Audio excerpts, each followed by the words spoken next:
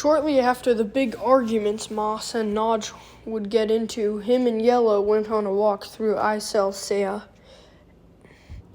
Eventually, he went to work, where he met up with all of his friends, and he had a new arm. And soon, him and Nodge got along together again, and they began to play as they normally did. And sometimes they would be really bad like this, but sometimes they'd be friendly and fight. And he continued work, and soon Idnar and Lib came to visit him, and they played with the models with him, Idnar and Lib. And he continued doing his work. Then he had strange dreams about his past, about Isela. And then he got in trouble for sexual harassment, which he didn't do. It was just a big misunderstanding, and there was tons of chaos at work. But he continued to play with his wife, Yiliak.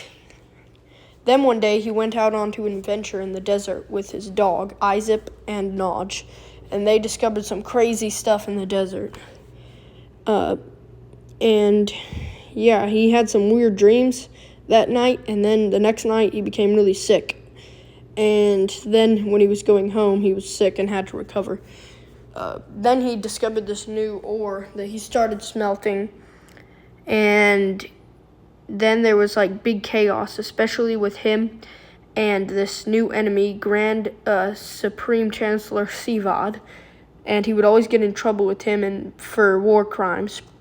But he would continue doing his models, and him and his friend, Count Nidak, who is now King Nidak, would travel on these big adventures all over Setgat, and they would discover crazy things, and they would party, and they would conquer new land, like in Drexisburg.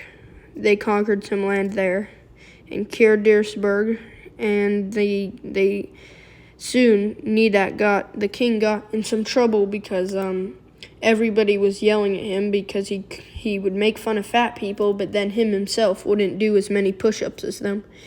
And so he was considered weak and a hypocrite.